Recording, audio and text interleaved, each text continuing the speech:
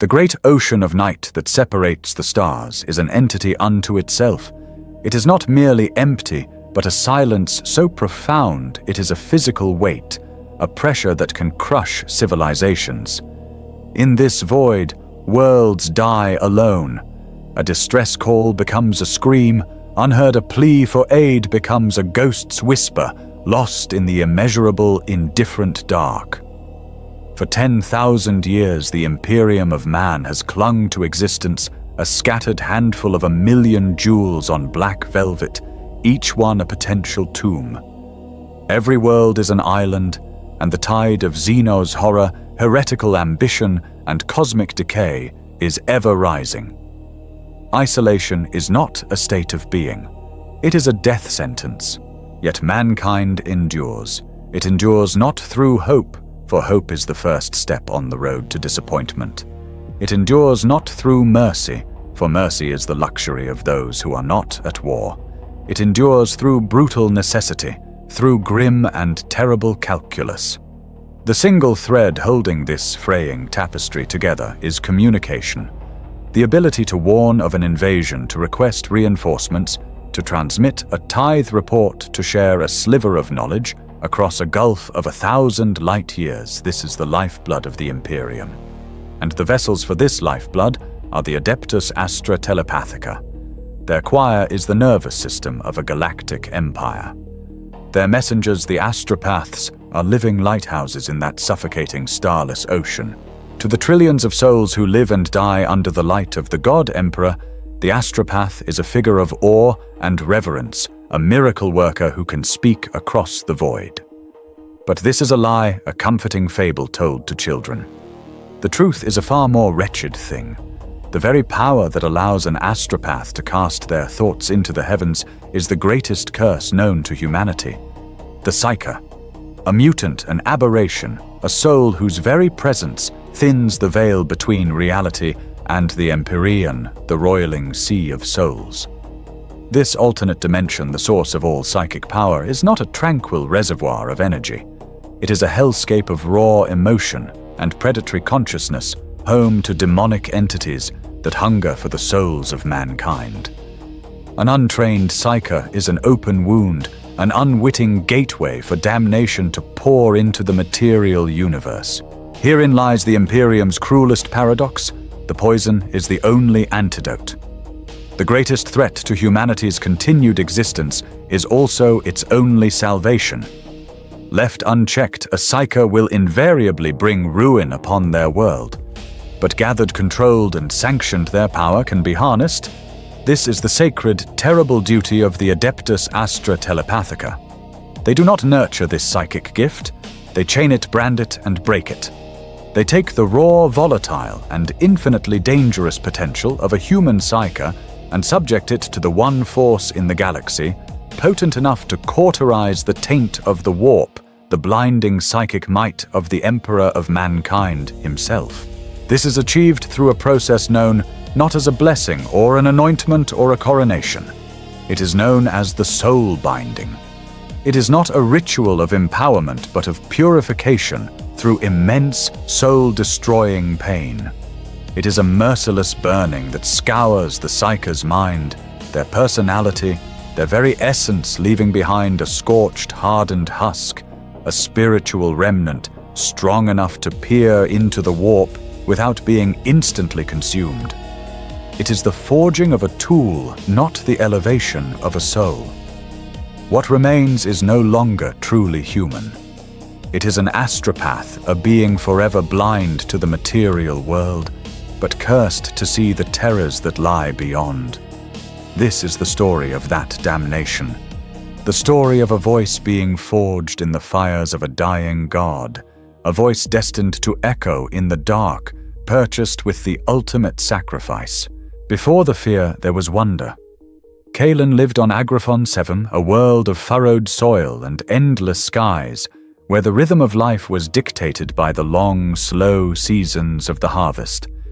His world was mud and toil, the smell of damp earth, the lowing of Grok's beasts at dawn, and the simple prayers for rain and sun. But at night, Kalen dreamt of other places.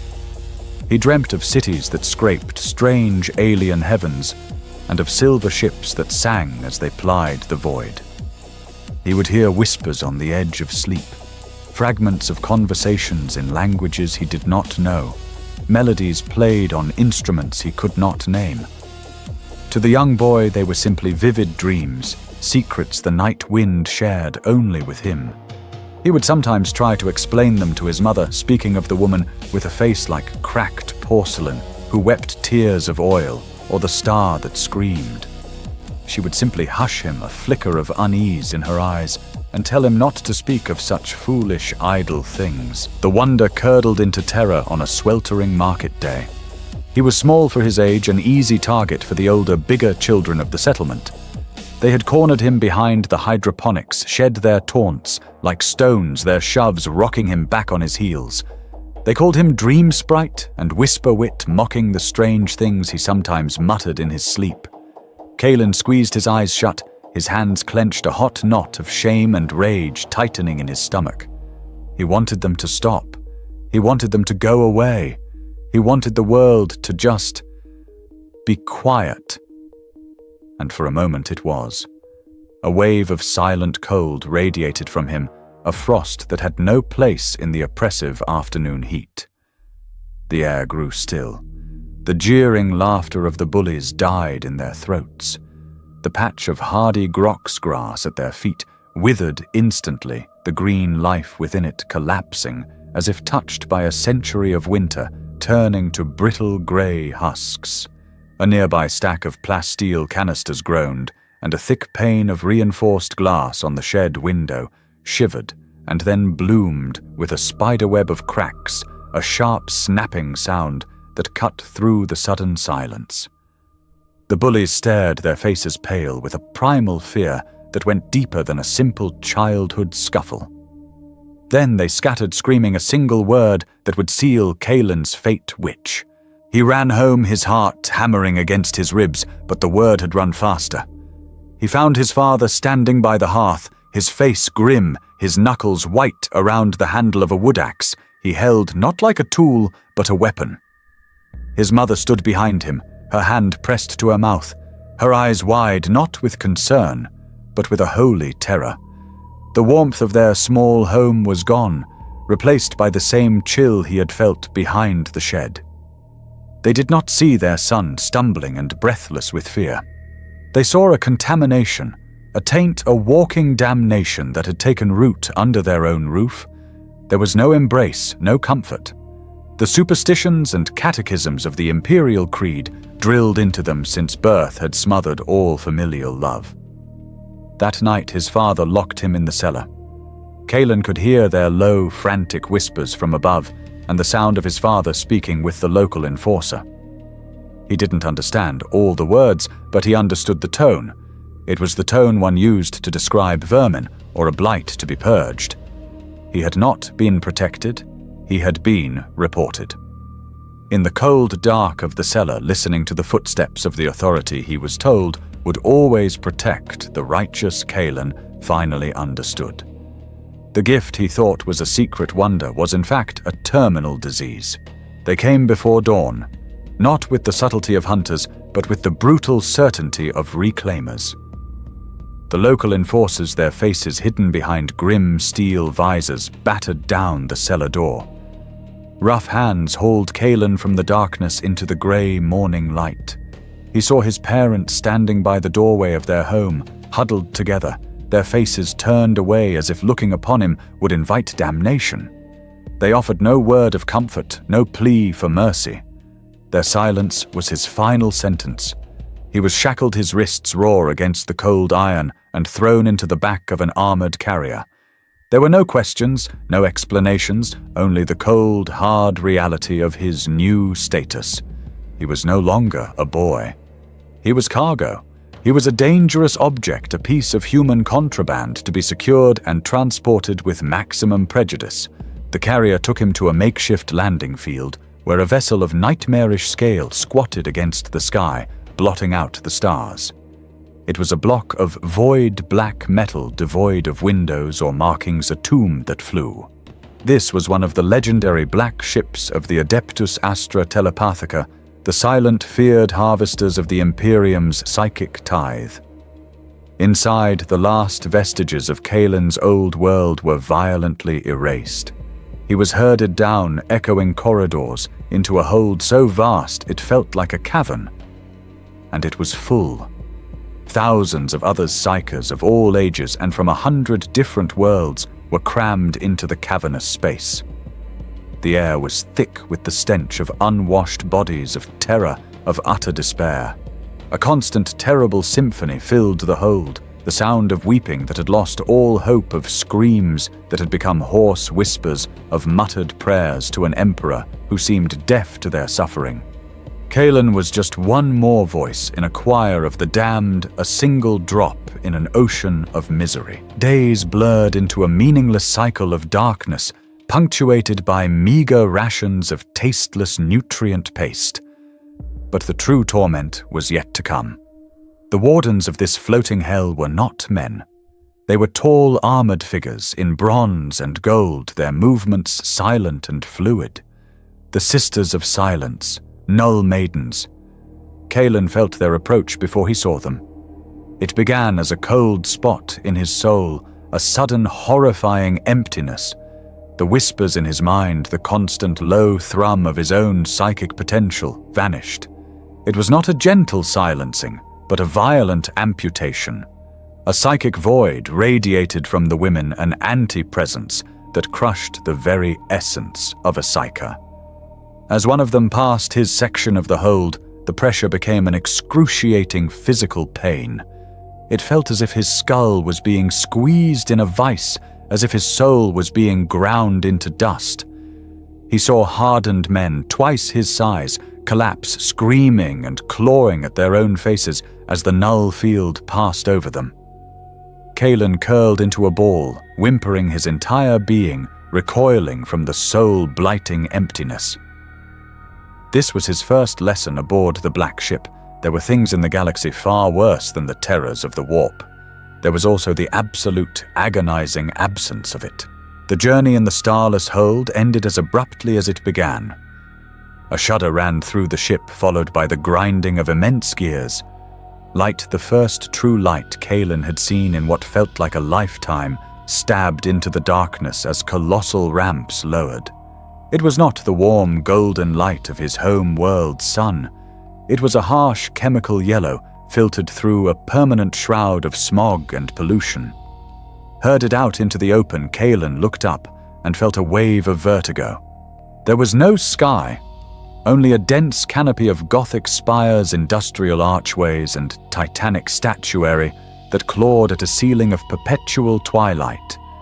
Great armored vessels moved sluggishly through the smoggy canyons between buildings, their engines a constant deep-throated growl that vibrated in Kaelin's bones. This was holy terror, the throne world of mankind. It was not a paradise. It was a planet-sized hive, a monument to 10,000 years of industry war and oppressive faith, groaning under the weight of its own history. The human cargo of the Black Ship was driven forth like groks to the slaughter. Down immense plazas paved with the bones of forgotten saints, past columns of marching soldiers whose faces were masks of grim duty, and into a processing sanctum of the Adeptus Astra Telepathica. Here the true culling began. The psychers were forced into single-file lines, their bodies still aching from the voyage, their minds still raw from the proximity of the Null Maidens. One by one, they were shoved before grim-faced officials and hooded tech priests who subjected them to brutal, invasive psychic examinations. Probes of cold metal and colder thought delved into their minds, measuring their strength, searching for instabilities. The process was impersonal and merciless. A girl who stood just ahead of Kaelin began to scream as the probes touched her, her eyes flaring with uncontrolled emerald light. There was no attempt to calm her, no second chance. A bolt pistol appeared in the hand of a guard, the crack of its discharge echoing flatly in the cavernous hall. The girl collapsed, a wisp of smoke rising from a black hole in her forehead. Her body was dragged away before it had even stopped twitching. Kalen stared, his breath caught in his throat. It was the first death he had ever witnessed, and it was dealt with the same detached efficiency as swatting a fly. Hundreds more would follow. Those deemed too weak, their minds too fractured, were purged without ceremony. The survivors, a fraction of the thousands who had boarded the black ship, were herded into a vast, cold amphitheater. They stood shivering in the gloom, the scent of ozone and sterilized death clinging to the air. Upon a high dais, a figure in the ornate robes of a proctor addressed them. His face was a roadmap of scars, his eyes augmetic lenses that glowed with a faint cold light. "Rejoice, aspirants," his voice boomed, amplified by hidden voxcasters. It was a voice devoid of warmth, like stones grinding together. "You have been chosen from among trillions. You have been brought to the throne world to offer your service to the master of mankind. Your lives, once a potential curse upon your worlds, will now be given purpose. You will be forged into weapons in his eternal war. Through sacrifice you shall find absolution. Through duty you will save humanity." He spoke of honor, of glory, of a sacred calling. But his words were hollow, a well-rehearsed liturgy that held no conviction. Kalen looked at the scarred, lifeless face of the proctor, then at the terrified, haunted faces of the children and adults around him. He heard the grand promises, but he saw the truth in the proctor's dead, glowing eyes. They were not here to be saved. They were here to be consumed. The proctor's false promises were the last words of comfort, however hollow they would ever hear. The days that followed were a systematic and brutal dismantling of the self. The first thing to be taken was their names. Kalen ceased to exist. He was now Aspirant 77 Delta. His name was forbidden, a relic of a life that was now considered a heresy. Any personal effects they had managed to cling to, a hidden prayer charm, a small token from a forgotten family, a worn piece of cloth, were confiscated by stern-faced novitiates. They were not stored or catalogued. They were thrown into a roaring incinerator before the aspirants' eyes, a clear and unspoken message that their pasts were now nothing but ash. They were then stripped, their heads roughly shorn of all hair and hosed down with freezing chemical-laced water. Finally, they were given a single, shapeless grey habit to wear.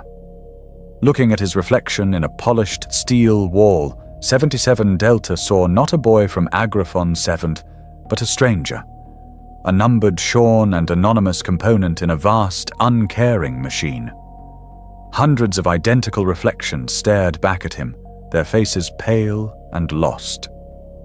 Individuality was the first casualty in this war for their souls. With their pasts erased, the Adeptus began the arduous task of overwriting their minds. The following months were a monotonous blur of relentless indoctrination. From before the artificial dawn until long after the artificial dusk, their days were filled with punishing mental and spiritual exercises. They spent hours kneeling on cold stone floors, chanting litanies of penitence until their throats were raw. They were forced to stare at holographic picts of demonic incursions, the images of unspeakable horror seared into their minds, while instructors detailed the eternal damnation that awaited the undisciplined psyker. They studied the Imperial Creed not for enlightenment, but as a weapon. They were taught to see the Emperor not as a benevolent protector, but as an unyielding cosmic fire that would purge the unclean. Their own psychic abilities were to be feared, reviled as an inner corruption that must be chained by faith and discipline. The training was designed to break them, to shatter their willpower and rebuild it in the image of the Imperium, rigid, unquestioning, and utterly devoted to sacrifice. Hope was a contagion that the regiment sought to eradicate completely. Any sign of rebellion, any flicker of the old self was met with swift and painful punishment. A whispered memory of home, a moment of hesitation, a tear shed for a lost life, all were seen as weaknesses to be beaten out. Kalen, now 77 Delta, learned to build walls within his own mind, to bury the memory of his parents' faces, the smell of rain on his home-world's soil. He saw others fail. Some broke completely, their minds shattering under the strain, turning into drooling catatonics who were quietly removed. Others tried to fight back their psychic energy, lashing out in desperation, only to be put down with ruthless finality by the ever-present guards. Slowly, inevitably, a grey blanket of hopeless acceptance settled over the remaining aspirants. They ceased to dream of escape. They ceased to remember who they were. They were raw materials waiting for the forge. They ate when told, slept when told, and prayed when told. Submission was no longer a choice. It had become the very mechanism of survival. They were not human beings anymore. They were souls primed and ready for the pyre. The day came without warning. There was no final speech, no last rites. The aspirants were roused from their cots in the pre-dawn gloom and formed into silent, disciplined lines. The months of indoctrination had done their work. There was no panic, no resistance, only a resigned, shuffling obedience as they were marched out of the dormitories. They walked through corridors of obsidian and steel, their bare feet cold against the ancient stone. Their procession led them to a pair of colossal bronze doors, which opened with a groan that seemed to shake the very foundations of the sanctum. They were entering the Chamber of Echoes, the antechamber to the forge itself. It was a hall of breathtaking and terrifying scale, a perfect circle of polished black stone, so vast that the far wall was lost in shadow. The floor and ceiling were inlaid with a filigree of silver and copper, not for decoration, but as psychoconductive circuitry that pulsed with a faint internal light. The air within was cold and heavy, carrying the metallic tang of ozone and a low subsonic hum that was felt more than heard. In concentric rings spreading out from the center of the chamber stood hundreds of thrones, though they were not seats of honor. They were brutalist constructs of dark metal and bundled cables, more akin to torture devices than chairs. Each aspirant was led to one by a silent tech priest in a crimson robe. 77 Delta was shoved roughly into the cold embrace of the metal. Thick restraints snapped shut around his wrists, ankles, and chest, holding him immobile. A heavy helmet-like apparatus was lowered onto his shorn head, its interior a nest of needles and contact pads that pressed coldly against his scalp. He was locked in place, unable to move, able to see only the back of the aspirant in the throne before him. He was no longer a marcher in a procession. He was a component plugged into a circuit. For a long moment, the only sound was the quiet clicking of the tech priests making their final adjustments.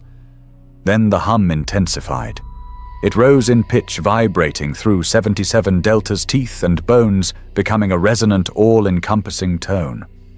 The silvery circuits in the floor and ceiling brightened, casting the chamber in a sickly, pale light. And then the whispers began. The same whispers Kalen had once heard in his dreams, the faint, distant voices from across the stars. But they were no longer faint.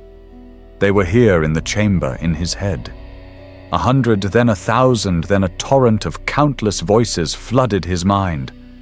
They were a chaotic chorus of alien thoughts, forgotten languages, and raw, unfiltered emotion amplified and focused by the chamber's design. The Chamber of Echoes was now living up to its name, and the minds of the aspirants were the bells it had been built to ring. The first stage of the agony had begun. Over the rising tide of psychic whispers, a new sound emerged, the chanting of the proctors. Their voices, amplified by the chamber's acoustics, were a cold, monotonous drone reciting the litany of unseeing. The flesh is a cage for the spirit. The eye of flesh sees only falsehood, a crude shadow of reality. We shall break the cage. We shall gouge out the shadow. From the ruin of the physical, the truth of the imperial shall be born. It was not a prayer for guidance or mercy. It was a declaration of intent, a surgeon's cold pronouncement before a brutal amputation. A senior tech priest, his face a mask of polished brass and blinking lenses made a final adjustment on a central console. A series of runes glowed green. He made the sign of the Aquila over the console and intoned in the buzzing synthetic language of the Mechanicus Phase 1 initiation of optic nerve cauterization. May the Omnissiah bless this severance. A high-pitched whine emanated from the helmet locked onto 77 Delta's head. For a heartbeat, there was only pressure, a building tension behind his eyeballs. Then the bio-lightning struck. It was not a flash of light, but a torrent of pure liquid agony that poured directly through his optic nerves. The pain was a physical entity, a white-hot sun exploding behind his face. He felt his retinas boil, the delicate tissues blackening and turning to ash in an instant. The nerves that had carried the image of his mother's face, the sight of his home-world sky, were now filaments of incandescent wire screaming a final deathly signal to his brain before being burned into nothingness. The psychic chaos of the chamber was drowned out by the singular, overwhelming reality of this torment. His body arched against the restraints muscles, straining to the point of tearing. A scream of impossible anguish built in his chest, but the apparatus on his head included a sonic dampener. The sound was trapped, a silent shriek that echoed only within the confines of his own skull, reverberating through a mind being torn apart by the sheer force of the pain. And then, as suddenly as it began, it was over. The searing, incandescent agony vanished, leaving behind only the ghost of its passage, a dull, throbbing ache that seemed to emanate from the very center of his skull. But the true horror was the silence that followed. The visual silence. He had been in darkness before in the cellar in the hold of the black ship. But that was the darkness of an absence of light. This was different. This was the darkness of a void, a complete and total nullification of sight itself. It was a perfect, featureless black, a curtain that had been permanently drawn not just over his eyes, but over a fundamental part of his being. The last light of the material universe, the last image he would ever see with the eyes he was born with, was the back of another anonymous aspirant's head. Now there was nothing. He was blind. The cage of flesh had been broken, and in the suffocating eternal darkness he waited for whatever was meant to come next. The first price had been paid in full. The physical agony had subsided, but the void of his new blindness offered no peace. It was a canvas waiting to be painted upon. The chanting of the proctors changed the monotonous litany, shifting into a focused, weaponized psychic assault. 77 Delta felt it as a new pressure, not behind his ruined eyes, but against the very fabric of his consciousness. The mental walls he had so carefully constructed during his months of training, the barriers where he had hidden the last fragments of Kalen, were now under siege. It was not a subtle intrusion.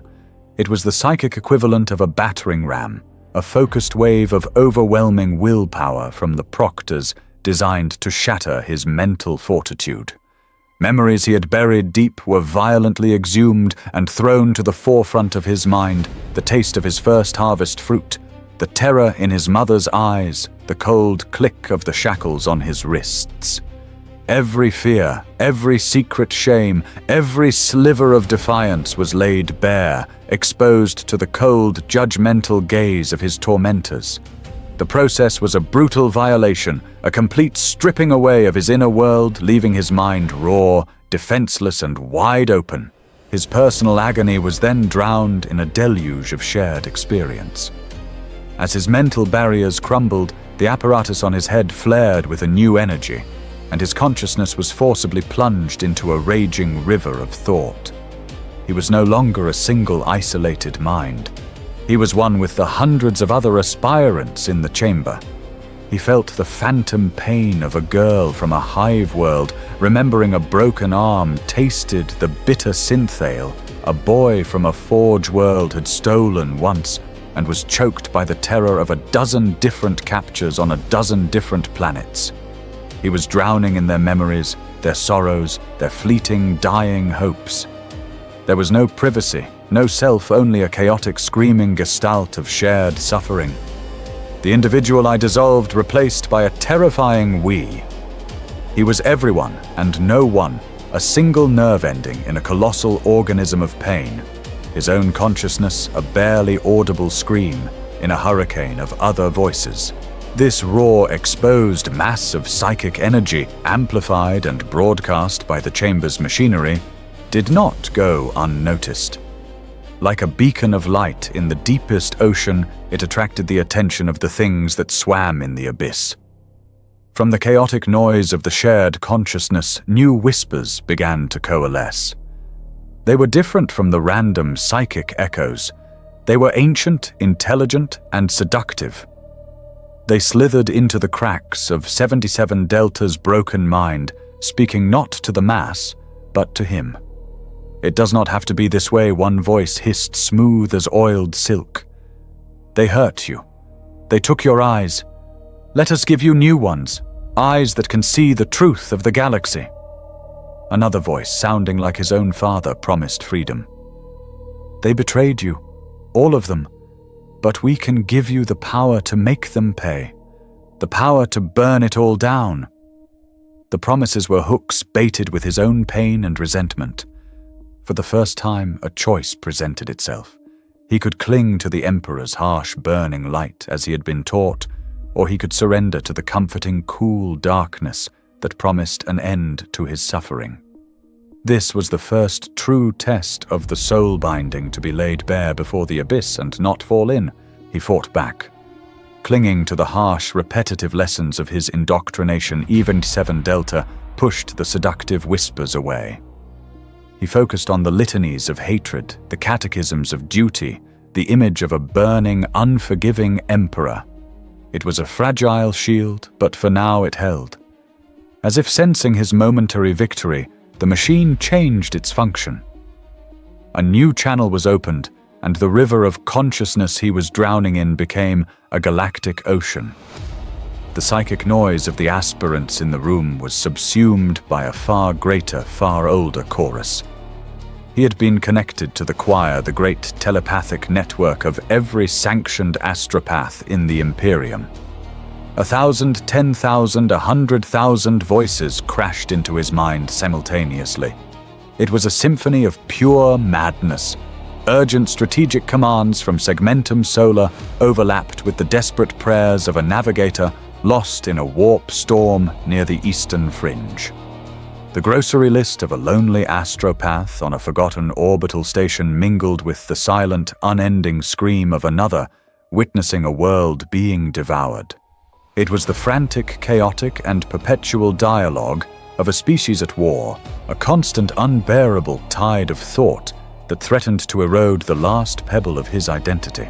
Within this torrent of communication, images and raw emotions bled through unfiltered and brutally direct. He was no longer just a listener, he was a witness to the agonies of a galaxy. For a fleeting second, he was a Cadian guardsman on the fields of Armageddon, the metallic taste of blood in his mouth as an orc's chopper descended. He felt the suffocating collective psychic terror of a world in the path of a tyrannid hive, fleet 1 billion minds screaming as one before being silenced. He experienced the sick, sweet corruption of a planetary governor, pledging his soul to Slanesh, the pleasure and the horror twisting into a single profane sensation.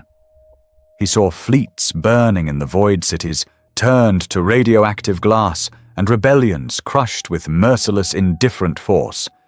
It was the truth of the Imperium, stripped of all propaganda and glory. It was 1 billion fronts, 1 trillion casualties, a constant state of desperate, grinding survival.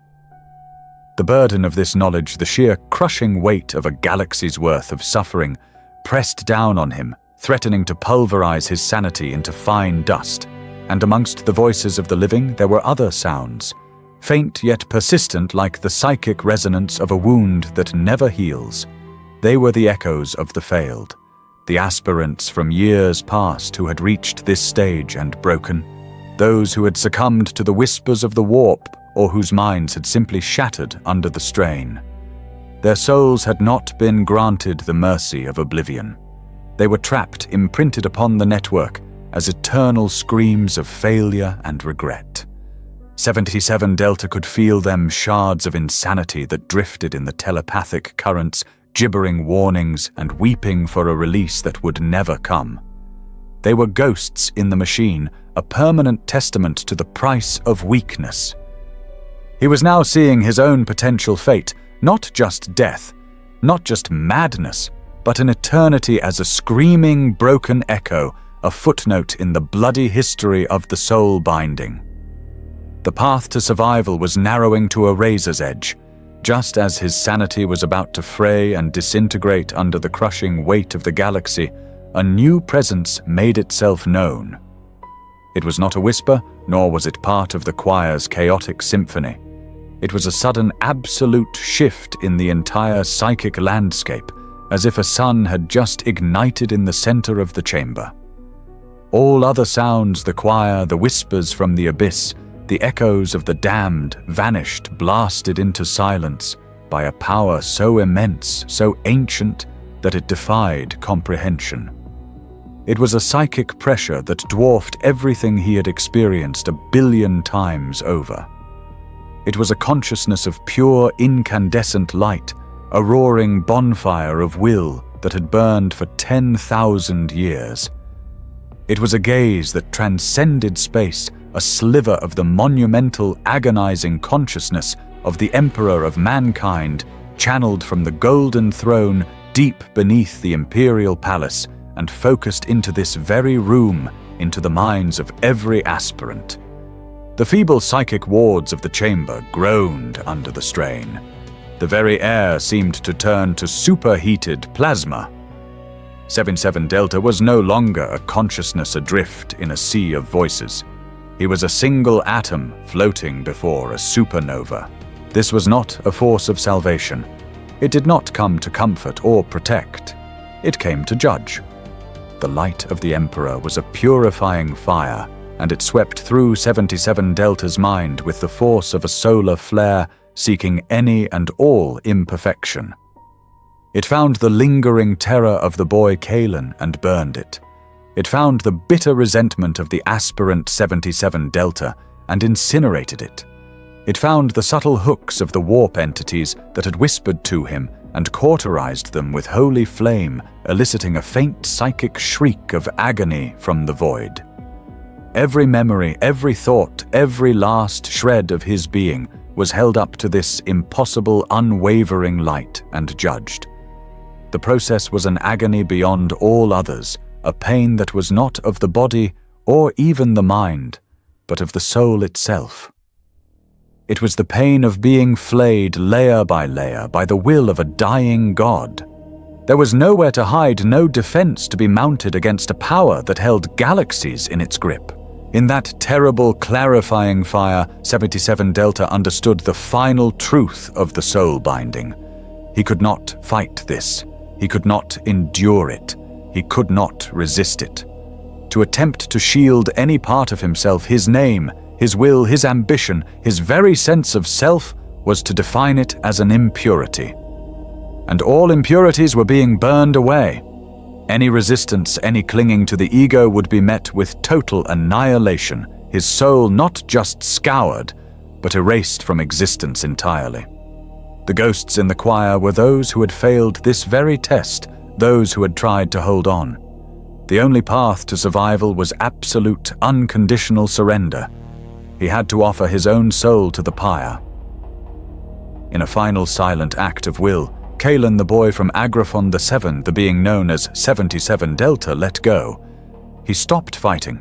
He actively lowered his last defenses and allowed the blinding, agonizing, purifying fire of the Emperor to pour into him, to consume him, to unmake him. This was the death of the self, the ultimate sacrifice demanded by the Imperium. With his surrender, the nature of the agony changed. It was no longer a hostile invasion, but a process of consumption, and he was a willing sacrifice. The fire of the Emperor's will flooded the vessel of his soul. He felt his childhood memories, the ones he had fought to protect, curl into incandescent ash and flake away. The fiery anger he had felt towards the bullies, his parents, his captors, all of it was reduced to spiritual slag, cooled and hardened into something inert. His capacity for joy, the memory of sunlight on his face, the simple pleasure of a meal, these were delicacies of the soul, and they were burned away like so much dry tinder.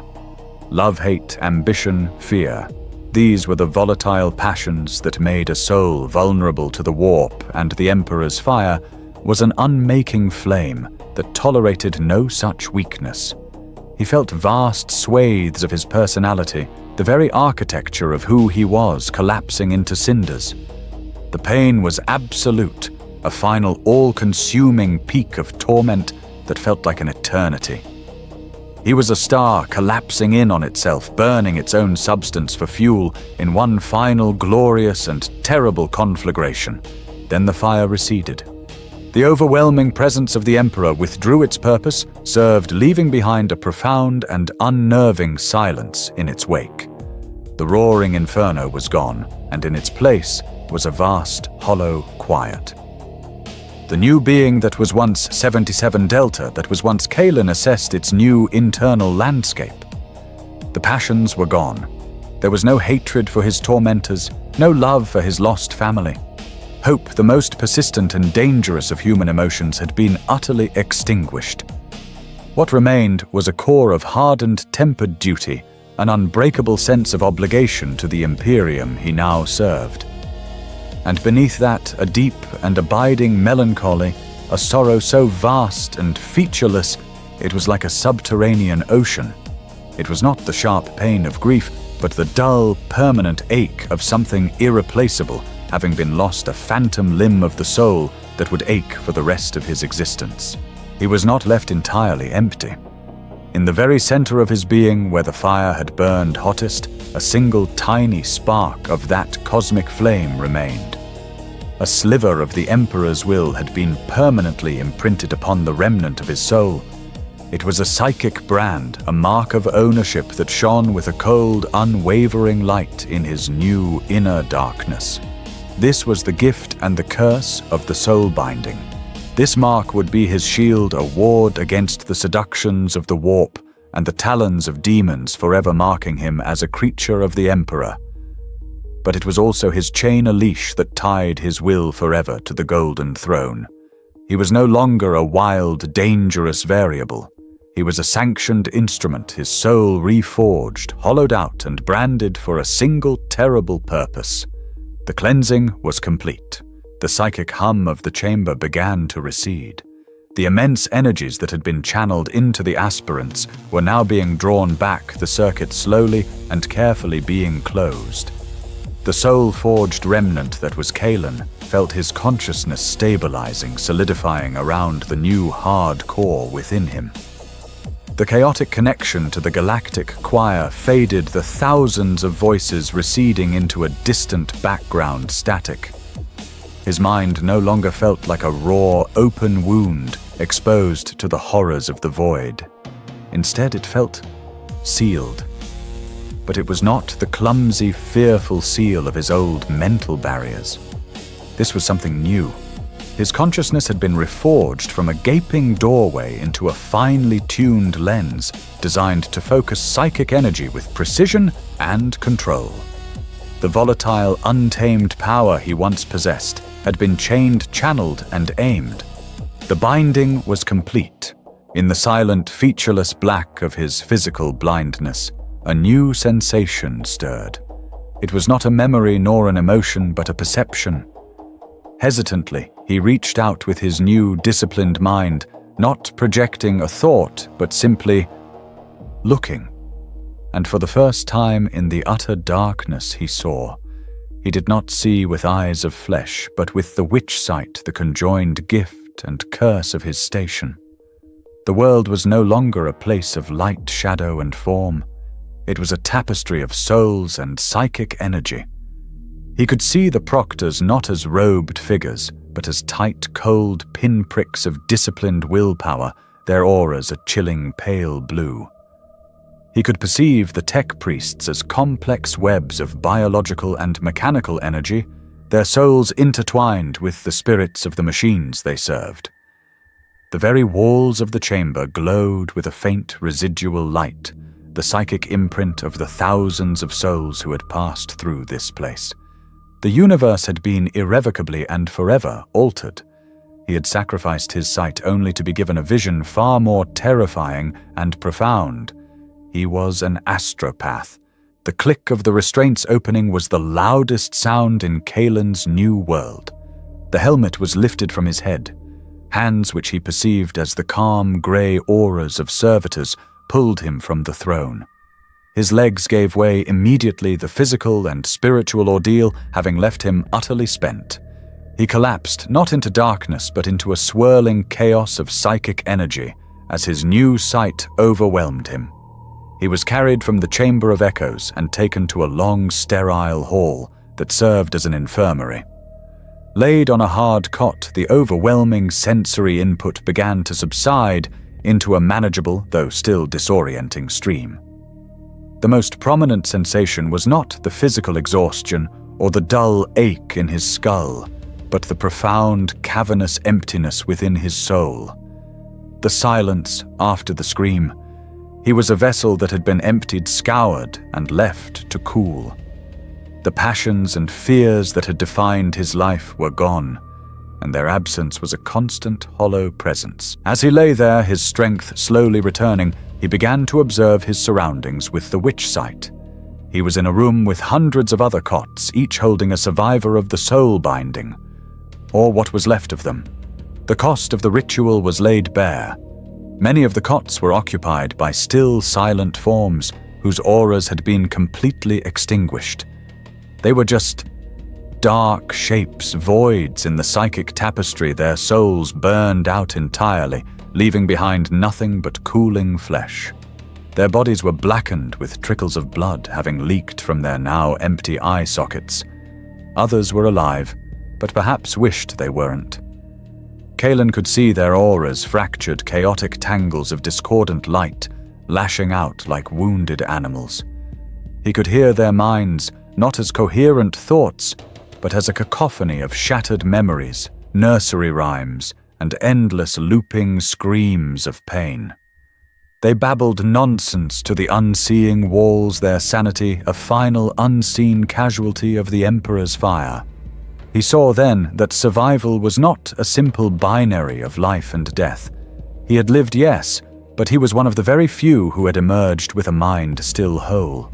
Learning to navigate this new reality was a trial in itself. The world of physical objects was a hazy, indistinct landscape, subordinate to the vibrant and often violent world of psychic energy. A medical novitiate approached his cot to administer nutrients, and as their hand touched his arm, Kaelin was flooded with the man's anxieties about a failed exam, his lingering affection for a childhood pet, and his suppressed resentment for a superior. The unwanted intimacy was a psychic shock, and he recoiled. He had to learn through painful effort to erect new, finer barriers, not to protect himself from the warp, but to shield himself from the overwhelming noise of other lesser souls. He was blind, yet saw too much. He was isolated in a way he had never been before, yet the thoughts and feelings of others were an open book to him. He was a paradox, a being remade for a single purpose, now facing the long, arduous task of learning how to simply exist. Survival was not the end of the ordeal, it was merely the beginning of a new, more rigorous training. Once Kaelin and the other coherent survivors could manage their new senses without collapsing, they were moved to the Scholastia Secana. Here they were not treated as patients, but as apprentices to a grim and demanding craft. Their first lesson was that telepathy was not merely thinking at someone else. It was a language as complex and nuanced as any spoken tongue, but with a grammar built of will intent and pure symbolic meaning. They were taught to marshal their thoughts, to strip them of the baggage of emotion and ambiguity, and crystallize them into dense, singular concepts known as psionic sigils. They learned how to project these sigils across a room, then down a corridor, then across the continent, their every attempt scrutinized by stern-faced proctors. The smallest error, a flicker of doubt or a poorly formed concept, could cause a message to warp into a dangerous lie or an incoherent scream. A misplaced order could doom a fleet. A corrupted report could lead a world to ruin. The stakes were absolute, and the training reflected that grim reality.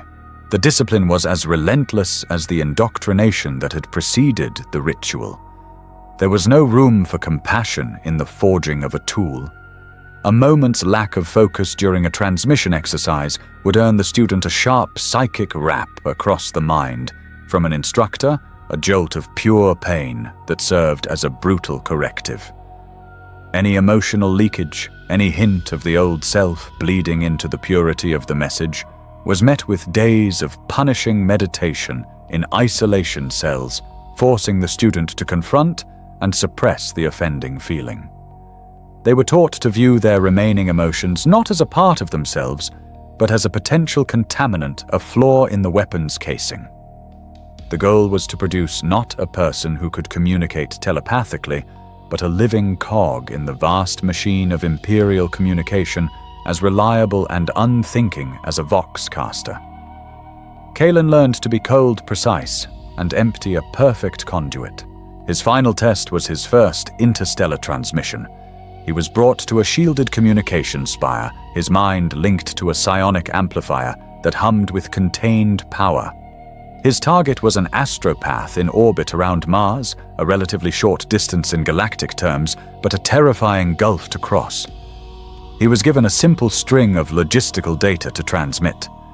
Closing his physical eyes was meaningless. Instead, he closed his mind to all distractions, focusing his will into a single sharp point. He shaped the data into a hardened sigil, and then taking a metaphorical breath, he pushed. He felt his consciousness brush against the roiling, chaotic edge of the warp, the sea of souls that lay between worlds. It was like screaming into a hurricane. The raw static of the Imperium clawed at his message, trying to tear it apart, to twist its meaning. Horrifying, half-formed images writhed in the psychic noise. He held fast, his soul brand flaring like a shield, and pushed the sigil through the storm. For a moment that stretched into an eternity, there was nothing. Then a faint, precise echo returned the psionic signature of the Martian Astropath, acknowledging receipt. The connection was severed. Kalen slumped in his chair, psychically drained, a thin trickle of blood weeping from his dead eyes. The transmission was a success. He was no longer an apprentice. He was ready. With his training complete, Kalen was fully initiated into the Adeptus Astra Telepathica. He was assigned to acquire within the vast precincts of Terra's telepathic spires a relay station for messages flowing to and from the Segmentum Solar. It was here he learned the true unending nature of his burden. His mind, once his own private sanctuary, was now permanently connected to the Great Choir. He was never alone. Even when not actively transmitting, the background chatter of 1,000 other astropaths was a constant hum at the edge of his consciousness. It was a sea of thought in which he was perpetually immersed. He would feel the phantom strain of an astropath transmitting from a war zone, catch stray fragments of coded fleet movements, or sense the deep, abiding loneliness of another soul, just like him, serving in a forgotten watchtower at the edge of the galaxy. There was no silence, no solitude, only the constant shared experience of their collective cursed existence. The proximity to the warp, a necessity of his craft, infected his dreams. Sleep offered no respite, only a different kind of torment. He was plagued by nightmares born not of his own trauma, but from the psychic residue of the Imperium. He would dream of impossible geometries that made his mind ache, of whispers that promised to give him back his eyes, of fleeting glimpses of predatory, laughing faces in the psychic static. He would wake up on his hard cot, the echo of a demonic voice in his head, his body cold with a sweat that was not entirely his own. The Emperor's brand on his soul was a shield that protected him from being possessed, but it was not a barrier against the sheer psychological horror. It was a wall that held back the flood, but the terrifying sound of the crashing waves could always be heard. He and all the others were living on the very edge of damnation, and the abyss was always staring back. He saw his future in the faces, or rather the auras of the senior astropaths who had served for decades. They were not figures of venerable wisdom, but of slow, inexorable decay. The long years of channeling immense psychic energies and brushing against the warp had taken their toll. With his witch sight, Kalen could see their souls were frayed and scarred, their mental discipline a patchwork of scar tissue over old wounds. Many were physically deformed, their bodies stooped and twisted, their hands locked in a permanent tremor. Their minds, while still functional, were eccentric and brittle, prone to bouts of melancholic silence or paranoid muttering. They were living tools that were slowly wearing out, their components degrading with every use. This was the destiny that awaited him. Not a hero's reward or a peaceful retirement, but a long, slow erosion of mind, body, and soul, until he too became just another scarred, whispering relic, waiting for the final message that would silence him forever. His time as a relay on Terra was short. It was another form of training, a final seasoning, before he was deemed ready for the true front lines. One day, without ceremony, he was summoned before a proctor, whose psychic aura was as sharp and cold as a shard of glass. The proctor did not address him by name or number, but simply as Astropath. He was handed a data slate containing his orders. He was to be assigned to the Imperial Navy cruiser Vigilance, currently attached to Battlefleet Scarus, operating near the Maelstrom. A war zone. There were no words of encouragement, no final blessing. It was a simple transfer of an asset from one location to another. He was a tool, and he was being moved from the workshop to the battlefield. Before he was taken to the orbital plates to board his transport, Kalen was granted a final hour of meditation.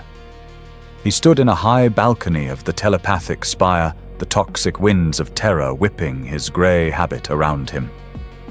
He could not see the world below, but he turned his witch sight in the direction he knew the Imperial Palace lay.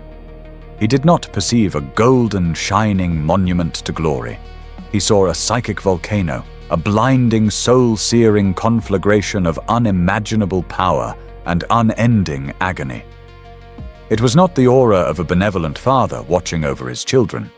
It was the raw, impersonal furnace of a dying god chained to a terrible engine, its psychic screams holding the very fabric of the Imperium together.